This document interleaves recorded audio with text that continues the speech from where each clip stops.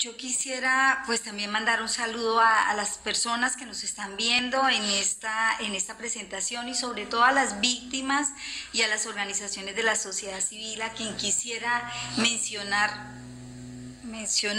porque creo que es parte del acuerdo es la movilización, la insistencia y la persistencia de miles y miles de ciudadanas y ciudadanos que se comprometieron por una salida política al conflicto, una salida negociada al conflicto. Entonces quisiera empezar por lo siguiente, quisiera hacer algunas consideraciones iniciales y coincido, anoche cuando estaba escribiendo decía, ¿será que estoy leyendo bien? Pero hoy ya Enrique me ha confirmado que estaba en lo cierto. Yo quisiera empezar por lo siguiente, que tiene que ver con la Agenda 2030, pero que ahorita voy a mencionar.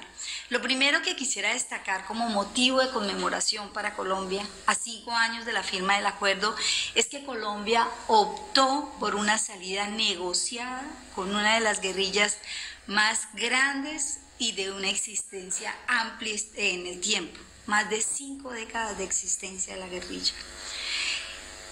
El entonces juez de la Corte Interamericana de Derechos Humanos, Diego García Sayán, en relación con la importancia de una paz negociada, señaló esto: los estados tienen el deber jurídico de atender los derechos de las víctimas y con la misma intensidad la obligación de prevenir hechos de violencia y alcanzar la paz en un conflicto armado por los medios que están a su alcance.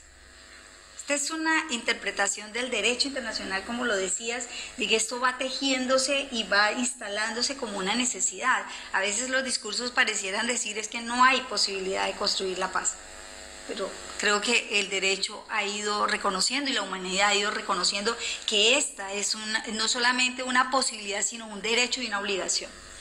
La paz, como dice el juez, la paz como producto de una negociación se ofrece como una alternativa moral y políticamente superior a la paz como producto del aniquilamiento del contrario. Por ello, el derecho internacional de los derechos humanos debe considerar a la paz como un derecho y al Estado como obligado a alcanzarla. Quisiera remarcar esto porque a pesar de que se firme el acuerdo aquí o en cualquier otra parte, a veces siempre está en disputa, ¿no? Como decía, el acuerdo de paz se firma después de varios intentos de negociación frustrados y muy costosos en muchos sentidos, entre ellos en vidas humanas. Lo mencionaba Enrique, la Unión Patriótica fue producto de un primer intento de acuerdo con las FARC en 1984. Hoy en Colombia se habla de genocidio justamente por ese caso, porque fueron sometidos a persecución y eliminación permanente y sistemática quienes pertenecieron y pertenecen a ese grupo político. Por eso celebro que se haya llegado a la firma de eso y por eso me siento muy honrada de estar acompañada de quienes no han cejado en su esfuerzo porque hubiéramos llegado a ese acuerdo. Álvaro, de verdad mi respeto y honor de compartir este espacio contigo.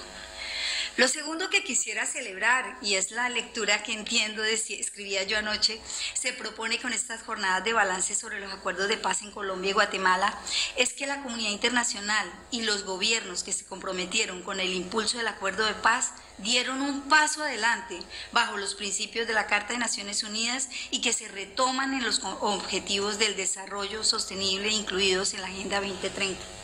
Especialmente quisiera acá destacar el objetivo de paz, justicia e instituciones sólidas, pero también todas las que mencionaba Enrique hace un momento. A este respecto es importante indicar que la firma se logra, y esto quisiera destacarlo por lo que decías de Bell, que es el de la ley de la paz se va abordando a medida que se resuelve. ¿Y cómo se abordan? ¿O cuáles son las condiciones para abordar esa paz? Y quisiera destacar esto.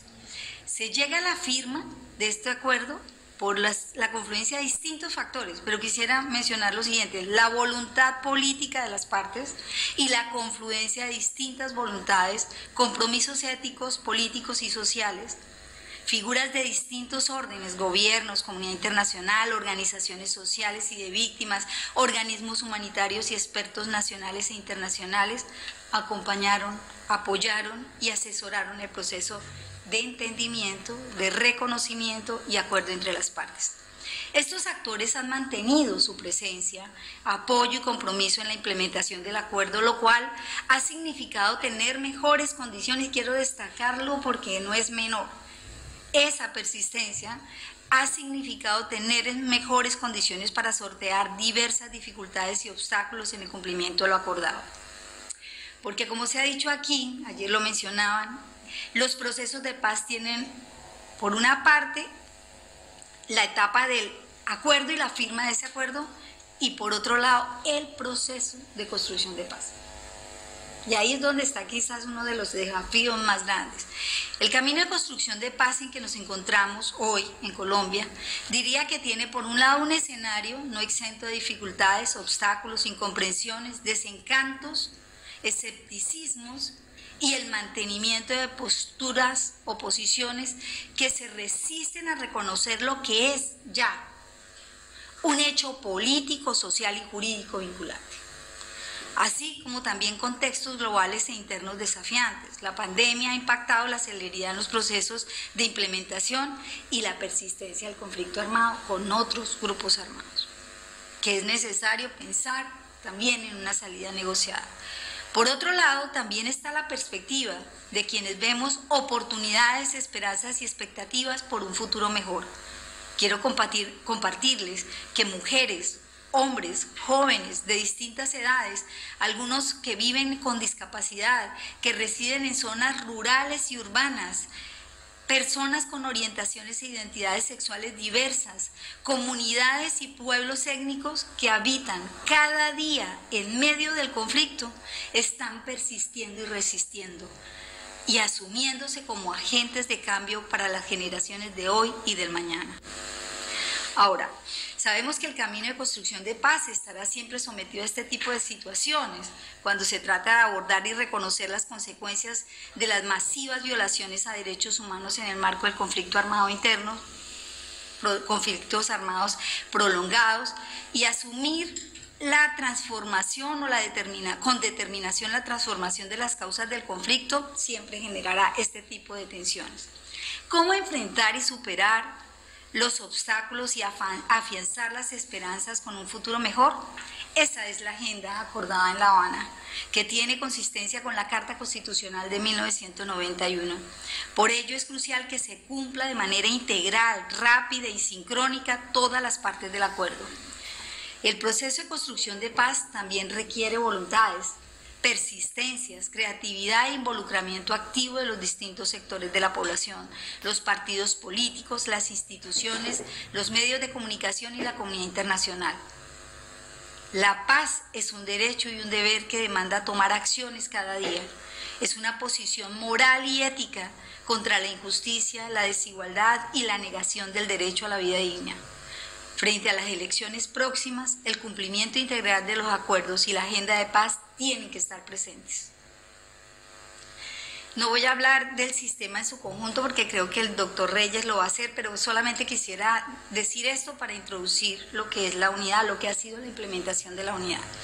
El sistema integral está compuesto, como se ha dicho, por 3 mecanismos y quisiera destacar para qué existen los mecanismos: para la satisfacción de los derechos a la verdad, la justicia, la reparación y la no repetición, que deben estar articulados y contar con la cooperación de instituciones encargadas de las medidas de reparación y garantías de no repetición. Aunque se tienen mandatos o competencias distintas, la base común del sistema de estos mecanismos es la verdad y la reparación de las víctimas y de la sociedad en general. La unidad. Nunca antes en un acuerdo de paz se había incluido al mismo tiempo todos los mecanismos, pero mucho menos se había establecido un mecanismo de búsqueda de personas desaparecidas, y la razón es la que mencionaba Enrique hace un momento. No hay comparación en el continente de la dimensión de la desaparición forzada y la desaparición de personas en el conflicto armado como en Colombia. En México están hablando de 70.000 en este momento, que involucra todo el tema de migración, de narcotráfico y demás. En Colombia, desde 1948, de manera regular, han desaparecido personas, hasta hoy. Y eso es inaceptable, es inmoral. Por eso, un acierto total haber acordado la unidad de búsqueda como un mecanismo para construir la paz. No se puede construir paz si no nos hacemos cargo de más de 100.000 desaparecidos en Colombia, que persisten. ¿Y qué significa eso en términos de sociedad?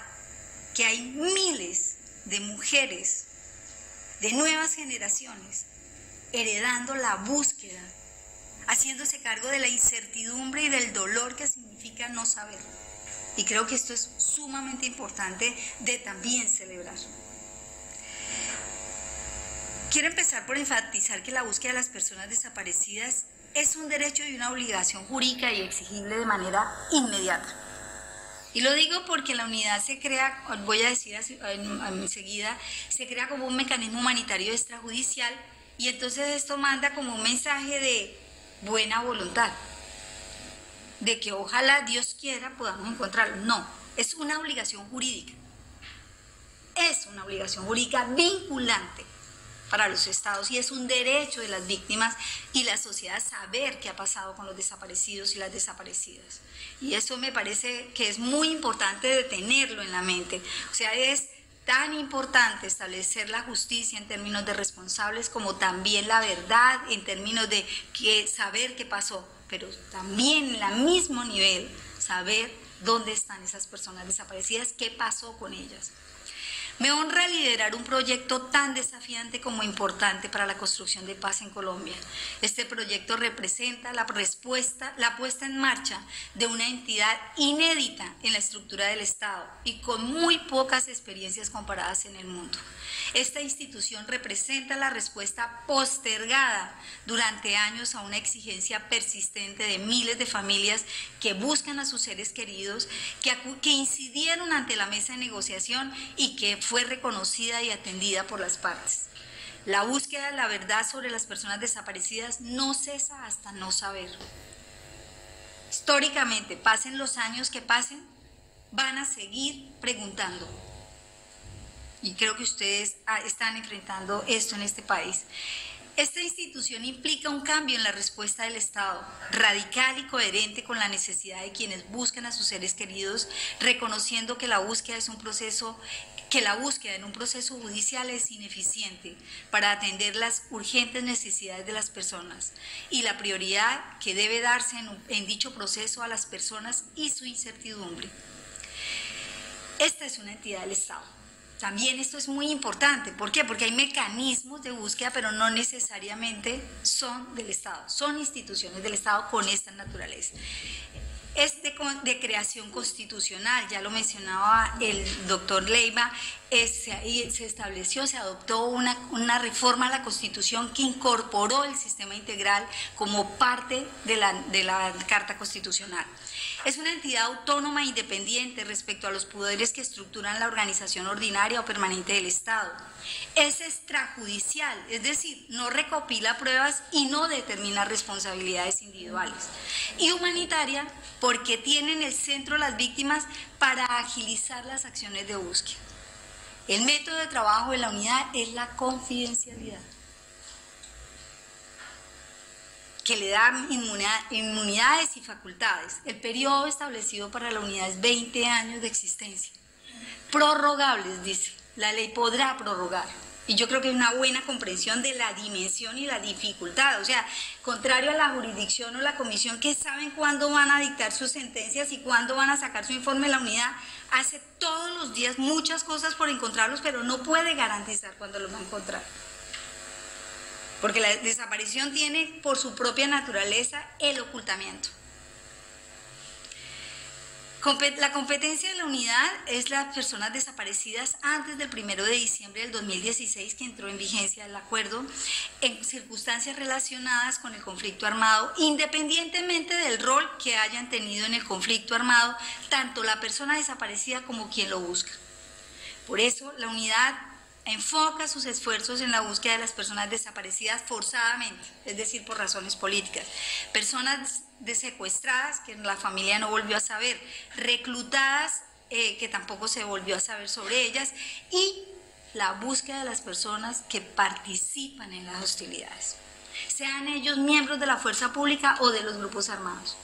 Y esto es algo que las familias no tenían como posibilidad, porque en un contexto de conflicto armado y desconfianza, ¿quién dice mi hermano es comandante de una guerrilla o comandante de unos paramilitares y entonces vengo a buscarlos? No hay posibilidad.